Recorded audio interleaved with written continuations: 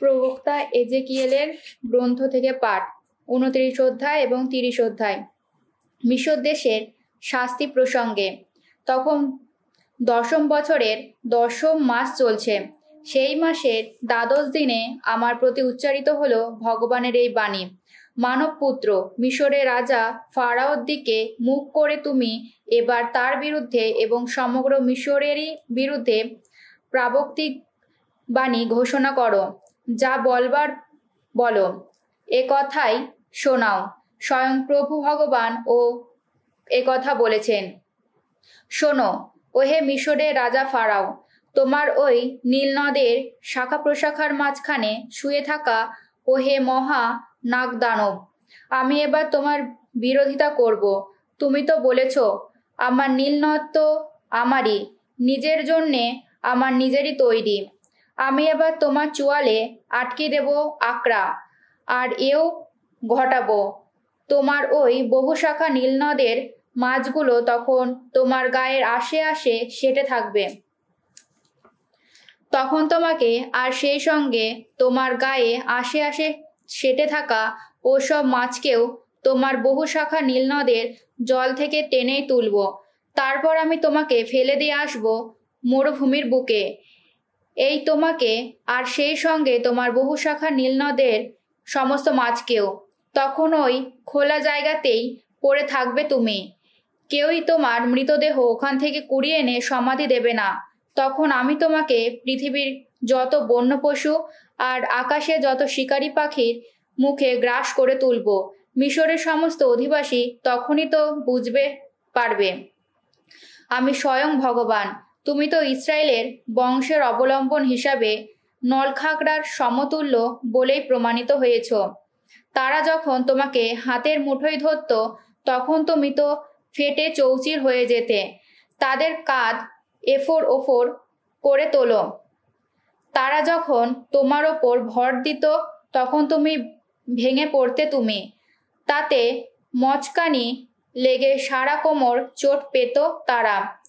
তাই স্বয়ং প্রভু ভগবান কথা বলেছেন, জেনে রাখো, তোমার ওপর আমি নামিয়ে আনবো তলোয়ারের আঘাত। কি মানুষ কি পশু তোমার সবই বিলুপ্ত করে দেব। মিশর দেশটা সেদিন হয়ে উঠবে একটা রিক্ত মরু, একটা ধ্বংসভূমি। দেশের লোকেরা তখনই বুঝতে পারবে আমি স্বয়ং ভগবান। তুমি তো একথা বলেছ, আমার নীলনদ আমারই, আমার নিজেরই তৈরি। সেজন্য আমি এবার তোমার আর তোমার ওই বহুশাখা নীলনদের বিরোধিতা করব। আমি মিগদোল থেকে সিয়েনের পর্যন্ত, কুশ সীমান্ত পর্যন্ত গোটা মিশর দেশটাকেই একটা ধ্বংসভূমি, একটা রিক্ত মরু করে তুলব। সেখানে পা ফেলে কোনো মানুষ আর চলাফেরা করবে না, কোনো পশু আর চলাফেরা করবে না। 40 বছর ধরে কেউই আর সেখানে বসবাস করবে না। আমি মিশর দেশটাকে রিক্ত মরুময়, যত দেশের মধ্যে সবচেয়ে রিক্ত মরুময় করে তুলব। 40 বছর ধরে আর শহরগুলি ধ্বংস করা যত শহরের মধ্যে সবচেয়ে রিক্তই হয়ে থাকবে। মিশরীয়দের আমি তো বিজাতীয়দের মাঝখানে বিক্ষিপ্ত করে দেব, ভিনদেশে যত মানুষের মাঝখানে ছড়িয়েই দেব। প্রভু ভগবান এও বলেছেন, সেই 40 বছর শেষ হলে মিশরীয়দের যেখানে বিজাতীয়দের মাঝখানে বিক্ষিপ্ত করা হয়েছে, সেখান থেকে আমি তাদের আবার জড়ো করে আনব। তখন মিশরীয়রা ভাগ্য ফেরাবো আমি, তাদের উদ্ভবের দেশে সেই পাস্ত্রোস অঞ্চলেরই তাদের ফিরিয়ে আনব। সেখানে তারা তুচ্ছ একটি রাজ্যই হবে। অন্যান্য রাজ্যগুলির মধ্যে মিশর তুচ্ছতমই হয়ে থাকবে। কোনোদিন অন্যান্য জাতিগুলির ওপর সে আর প্রভুত্ব ফলাতে পারবে না। আমি মিশরীয়দের সংখ্যা কমিয়ে দেব, যাতে তারা অন্যান্য জাতিগুলির ওপর আর কর্তৃত্ব চালাতে না পারে। মিশর আর ইসরায়েলের বংশের আস্থাভাজন হয়ে থাকবে না, বরং মিশরের শরণাগত হয়ে তারা সেই যে অপরাধ করেছে, মিশর নিজেই তাদের সামনে সেই অপরাধের স্মরণ হয়ে থাকবে। তখন তারা বুঝতেই পারবে আমি স্বয়ং প্রভু ভগবান। তখন 27 বছরের প্রথম মাস চলছে। সেই মাসের প্রথম দিনে আমার প্রতি উচ্চারিত হলো ভগবানের এই বাণী।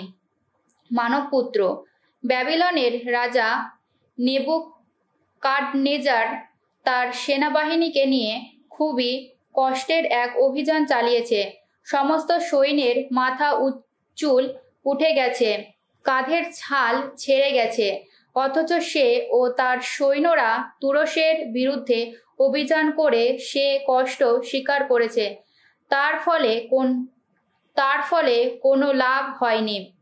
তাই প্রভু ভগবান একথা বলেছেন, জেনে রাখো, আমি এখন মিশর দেশকে ব্যাবিলনের রাজা নেবুকাদনেজারের হাতে তুলে দিচ্ছি। সে মিশরের ধনসম্পদ বয়ে নিয়ে যাবে, লুটতরাজ চালিয়ে তার সব কিছুই কেড়ে নিয়ে যাবে। মিশর দেশটাই হবে তার সেনাবাহিনী প্রাপ্য লাভ। তুরস্কের ওপর আক্রমণ চালিয়ে তার ওই কষ্ট শিকারের পুরস্কার হিসাবে আমি এখন তার হাতে তুলে দিচ্ছি মিশর দেশ। কেননা সে যে ও তার সৈন্যরা আমার জন্যই ওসব কিছু করেছে। একথা শোনাচ্ছেন স্বয়ং প্রভু ভগবান। সেদিন আমি ইসরায়েলের বংশকে শক্তিশালী করে তুলব। তোমার বন্ধ মুখ খুলে দিয়ে ইসরায়েলদের মাঝখানে তখন তোমাকে কথা বলতে দেব আমি। সেদিন তারা বুঝতে পারবে আমি স্বয়ং ভগবান। ভগবানের নির্ধারিত সেই দিনটি মিশর দেশের সর্বনামের সেই দিনটি।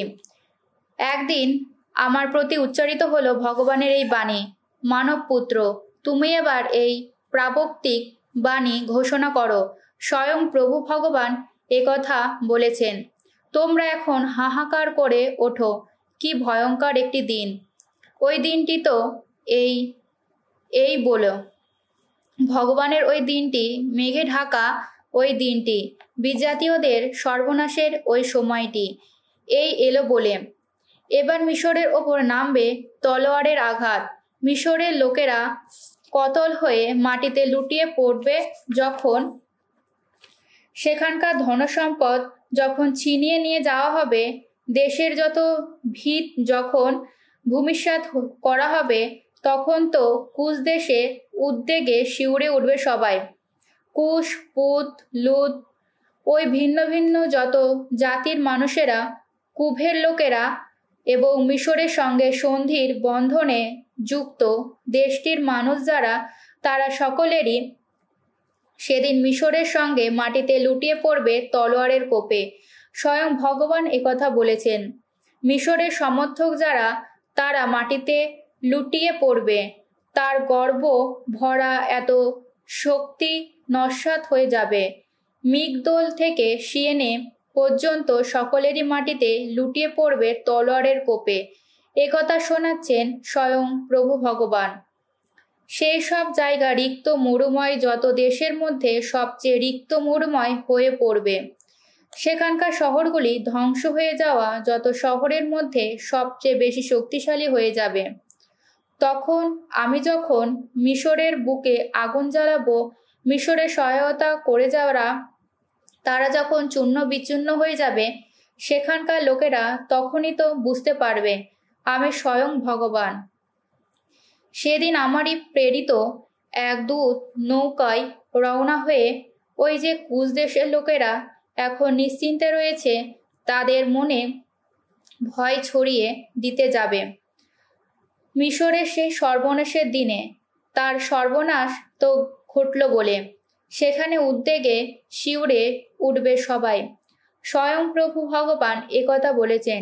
বাবিলনের রাজা নেবুকাদনেজারের হাতে দিয়ে আমি এবার মিশরের ধনসম্পদ নিশ্চিহ্ন করে দেব। তাকে ও তার সেনাবাহিনীকে, যারা সবচেয়ে দুর্দান্ত জাতির মানুষ, ওই তাদেরই তখন ওই দেশটাকে ধ্বংস করে দিতে নিয়ে আসা হবে। মিশরের বিরুদ্ধে তারা খাপ থেকে তলোয়ার খুলে ধরবে। নিহত লোকদের মৃতদেহে সারা দেশ ভরিয়ে তুলবে তারা। সেদিন আমি তার ওই বহু শাখা নীলনদের অঞ্চলকে পরিণত করব শুষ্ক ভূমিতে। ওই দেশটাকে দুজনের কাছেই বিক্রি করে দেব আমি। ভিন জাতি মানুষদেরই হাত দিয়ে আমি ওই দেশটাকে এবং ওখানকার সব কিছুর খাত ছাড় করে দেব। স্বয়ং ভগবান আমি একথা বললাম, স্বয়ং প্রভু ভগবান একথা বলেছেন। ওইসব ইতর বিগ্রহের বিনাশ ঘটাবো আমি। নোফের ওইসব আশার দেবমূর্তি নিশ্চিহ্নই করে দেব। মিশর দেশে আর কোনো নৃপতি থাকবে না। গোটা মিশর দেশে আমি ভয়ে কাঁপুনি জাগাবো। পাত্রসকে একটা রিক্ত মরু করে তুলব। সোয়ানের বুকে আগুন জ্বালাবো আমি। নগরটাকে আমি আর পাত্তা শান্তি দেব তখন। মিশরের দুর্গ নগর ওই সিয়েনের ওপর আমার সব রোষ ঢেলেই দেব আমি। নোর যত ধনসম্পদের বিলুপ্ত ঘটাবো। মিশরের বুকে আগুন জ্বালাবো আমি। সিন তো মহাযন্ত্রণায় মুচড়েই উঠবে সেদিন। নোর প্রাকার বেষ্টনীতে তখন ছিদ্রপথ খুলে দেওয়া হবে। নোফকে নিত্য দুর্ভোগ্য সইতে হবে। আভেন ও পি বেশেথের যুবকেরা মাটিতে লুটিয়ে পড়বে তলোয়ারের কোপে। সেই যখন নগর দুটির লোকেদের অন্য দেশে গিয়ে বন্দি দশায় থাকতে হবে। আমি তখন তাপান হেসে মিশরের ক্ষমতা চূর্ণ করে দেব। সেখানে মিশরে গর্বভরা শক্তি যখন নিঃশ্বসিত হবে, তখন দিনের আলোয় সেখানে যেন অন্ধকারে পরিণত হবে। শহরটা সেদিন মেঘে ঢাকা পড়ে থাকবে। আর যত কন্যাকে অন্য দেশে গিয়ে বন্দিদশায় থাকতে হবে, এইভাবে মিশরকে তার প্রার্থনার শান্তি দেব আমি। দেশের লোকেরা তখনই তো বুঝতে পারবে আমি স্বয়ং ভগবান। তখন 11 বছরের প্রথম মাস। সেই মাসে 7ম দিনে আমার প্রতি উচ্চারিত হলো ভগবানের এই বাণী। মানবপুত্র, মিশর রাজ ফারাও বাহু ভঙ্গ করেছি আমি। ওই দেখো, তা বেঁধে রাখা হয়নি। চিৎকার কোনো ব্যবস্থাও নেওয়া হয়নি। তা যাতে তলোয়ার ধরার মতো শক্তি ফিরে পেতে পারে, তার জন্যে পটি দিয়ে তা বেঁধেও রাখা হয়নি। সত্যি সত্যি স্বয়ং প্রভু ভগবান কথা বলেছেন। আমি নিজেই এবার মিশর রাজ ফারাওয়ের বিরোধিতা করব। তার বাহু দুটিকে, যেটি সুস্থ যেটি ভাঙা, দুটিকেই ভেঙে ফেলবো আমি। তার হাত থেকে তলোয়ারকে খসিয়েই দেব। মিশরীয়দের আমি তো বিজাতীয়দের মাঝখানে বিক্ষিপ্ত করে দেব। ভিনদেশী যত মানুষদের মাঝখানে ছড়িয়ে দেব। বাবিলন রাজের বাহু দুটিকে আরো শক্তিশালী করে তুলব আমি। তার হাতে তুলে দেব আমার নিজেরই তলোয়ার। কিন্তু ফারাও বাহু দুটিকে আমি ভেঙেই ফেলব। সে তখন বাবিলন রাজের সামনে আর্তনাদ করে উঠবে, যেন আহত হয়ে মরতেই বসবে। হ্যাঁ, বাবিলন রাজের বাহু দুটি আরো শক্তিশালী করে তুলব। কিন্তু ফারাও বাহু দুটি সেদিন অবশ হয়ে পড়বে। আমি যখন বাবিলন রাজের হাতে আমার নিজের তলোয়ার তুলে দেব এবং সে যখন মিশর দেশের বিরুদ্ধেই তা তুলে ধরবে, দেশের লোকেরা তখন বুঝতে পারবে আমি স্বয়ং ভগবান। মিশরীয়দের আমি তো সেদিন বিজাতীয়দের মাঝখানে বিক্ষিপ্ত করে দেব। ভিনদেশে যত মানুষের মাঝখানে ছড়িয়ে দেব। তাতে তারা বুঝতেই পারবে আমি স্বয়ং ভগবান। বেনশিরা গ্রন্থ থেকে পাঠ, 33 অধ্যায় 1 থেকে 15 পদ। প্রভুকে সম্ভব করে যে মানুষ, কোনো অমঙ্গল তার ঘটবে না কোনোদিন। সে বারবার সংকটে পড়েও উদ্ধার পাবেই। ঐসব বিধানের প্রতি প্রাজ্ঞ মানুষের কখনো অভক্তি থাকে না। কিন্তু যার বিধান পালন নিতান্তই ভান, সে যেন ঝড়ের মাঝখানে পড়া নৌকারই মতো। যার বোধবুদ্ধি আছে সে বিধানের ওপর আস্থা রেখে চলে। সে বিধানকে দৈব বাণীর মতোই বিশ্বাস্য বলে মানে। তোমাকে যা বলতে হবে তা আগে থেকে ভেবে ঠিক করো, তবেই তো লোকেরা তোমার কথায় কান দেবে। তোমার যা জানা আছে তা সাজিয়ে গুছিয়ে ঠিক করো, তারপর প্রশ্নের উত্তর দিও। নির্বোধের মনোভাব রথের চাকা যেন, তার চিন্তাভাবনা অক্ষেরই মতো শুধু ঘোরে। বিদ্রুপ স্বভাবই বন্ধু যেন বুনো ঘোড়া, তার পিঠে যেই চড়ুক ঘোড়াটা তো রেসা তুলবেই। প্রতিটি দিন যখন সূর্যের কাছ থেকে একই আলো পায়, একটা দিন তাহলে আর একটা দিনের চেয়ে বেশি মূল্য পায় কেন? প্রভু জেনে শুনেই তো দিনগুলির মধ্যে গুরুত্বের তারতম্য রেখেছেন, কাল ও পর্বের ভিন্নতা রেখেছেন। কোন কোন দিনকে তিনি করেছেন মহান, করেছেন পবিত্র, আবার কোনটিকে করেছেন সাধারণ দিন। সমস্ত মানুষ তো এসেছে ভূমি থেকে, আদমকে সৃষ্টি করা হয়েছিল এই মাটি থেকে। অথচ প্রজ্ঞাময় প্রভু মানুষে মানুষে প্রভেদ রেখেছেন, তাদের প্রত্যেকের জীবনযাত্রা ভিন্ন করেছেন। কাউকে কাউকে আশীষধন্য মহান করেছেন তিনি, কাউকে কাউকে তিনি তার সেবায় নিবেদিত করে তার আরও কাছে স্থান দিয়েছেন, আবার কাউকে কাউকে তিনি অভিশপ্ত করেছেন, নমিতই করেছেন, তাদের আপন স্থান থেকে উৎখাত করে দিয়েছেন। কুমোরের হাতে একতাল মাটি যেমন, তা দিয়ে কুমোর তো যা ইচ্ছা গড়ে তুলে থাকে, স্রষ্টার হাতেও তেমনি প্রতিটি মানুষ। প্রত্যেকের কৃতকর্মের প্রতিফল তিনি তার বিচার মতোই দিয়েই থাকেন। ভালো তো মন্দেরই বিপরীত, জীবন তো মৃত্যুরই বিপরীত। পাপী তেমনি ধর্মশীল মানুষেরই বিপরীত। পরাৎপরের সৃষ্ট সবকিছু লক্ষ্য করে দেখো, সবকিছুই দুটি করে আছে, একটি অন্যটির বিপরীত।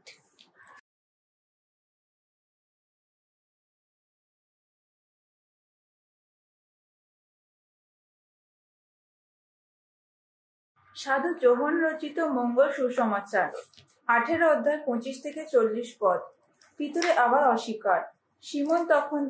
পিতর তখন দাঁড়িয়ে আগুন পোহাচ্ছিলেন। লোকেরা তাকে বলল, তুমিও কি ওর শিষ্যদের একজন নও? তিনি তা অস্বীকার করে বললেন, না, আমি তার নই। মহাযাজকের চাকরদের একজন, পিতর যার একটা কান কেটে ফেলেছিলেন, তারই এক আত্মীয়, তখন বলে উঠল, ওই বাগানে আমি কি তোমাকে ওর সঙ্গে দেখিনি? পিতর আবার তা অস্বীকার করলেন, আর ঠিক তখনই একটা মোরগ ডেকে উঠল। তারপর কাইয়াফার ওখান থেকে যিশুকে নিয়ে যাওয়া হলো শাসক ভবনে। তখন ভোর হয়েছে। ইহুদি ধর্মনেতারা নিজেরা শাসন ভবনে প্রবেশ করলেন না, কেননা নিস্তার ভোজে তাদের যে বসতে হবে, তাই তারা কিছুতে অশুচি হতে চাইলেন না। তাই পিলাত তাদের কাছে বেরিয়ে এসে বললেন, এই লোকটির বিরুদ্ধে আপনাদের কি অভিযোগ? তারা উত্তর দিলেন, ও অন্যায় না করলে ওকে তো আপনার হাতে তুলে দিতাম না। পিলাত তাদের বললেন, তাহলে আপনারাই বরং ওকে নিয়ে যান, আর আপনাদের বিধান মতে ওর বিচার করুন। উত্তরে তারা বললেন, কিন্তু কারোর প্রাণ নেওয়ার অধিকার তো আমাদের নেই। নিজেই যে কিভাবে মৃত্যু হবে তারই ইঙ্গিত দিয়ে যিশু যা বলেছিলেন, এতেই তা সত্য হতে চলল। তখন পিলাত আবার শাসক ভবনে প্রবেশ করলেন। তিনি সেখানে যিশুকে ডেকে আনিয়ে বললেন, তুমি কি ইহুদিদের রাজা? যিশু উত্তর দিলেন, এ কথা আপনি কি নিজে থেকেই বলছেন, না অন্যেরা আমার বিষয়ে আপনাকে বলেছে? পিলাত উত্তর দিলেন, আমি কি ইহুদি? তোমরা নিজের জাতির লোকেরা আর প্রধান যাজকেরাই তো তোমাকে আমার হাতে তুলে দিয়েছে। তুমি কি করেছো? যিশু উত্তর দিলেন, আমার রাজ্য তো এই জগতের নয়। আমার রাজ্য যদি এই জগতেরই হতো, তাহলে ইহুদি নেতাদের হাতে যাতে আমাকে তুলে দেয়া না হয় তার জন্য আমার লোকজনেরা নিশ্চয়ই লড়াই করত। কিন্তু না, আমার রাজ্য এখানকার রাজ্য নয়। তাতে পিলাত তাকে বললেন, তাহলে তুমি রাজা? যিশু উত্তর দিলেন, আপনি নিজেই তো বলছেন আমি রাজা। সত্যের সপক্ষে যেন সাক্ষী দিতে পারি, এই জন্যই আমি জন্মেছি, এই জন্যই এই জগতে এসেছি। সত্যের মানুষ যারা, তারা প্রত্যেকেরই আমার কথা শোনে। পিলাত তাকে বললেন, সত্য? সত্য আবার কি? এ কথা বলার পর তিনি আবার ইহুদিদের কাছে বেরিয়ে এসে বললেন, আমি তো ওর দণ্ডনীয় কোনো অপরাধ খুঁজে পাচ্ছি না, কিন্তু তোমাদের এখানকার একটি প্রথা অনুযায়ী আমি তো নিস্তার পর্বের সময়ে তোমাদের ইচ্ছা মতো একজন বন্দীকে মুক্তি দিয়ে থাকি। তবে তোমরা কি চাও যে আমি ইহুদিদের রাজাকেই মুক্তি করে দিই? তারা তখন চিৎকার করে উত্তর দিল, না, ওকে নয়, বারাব্বাসকে। বারাব্বাস ছিল এক দস্যু।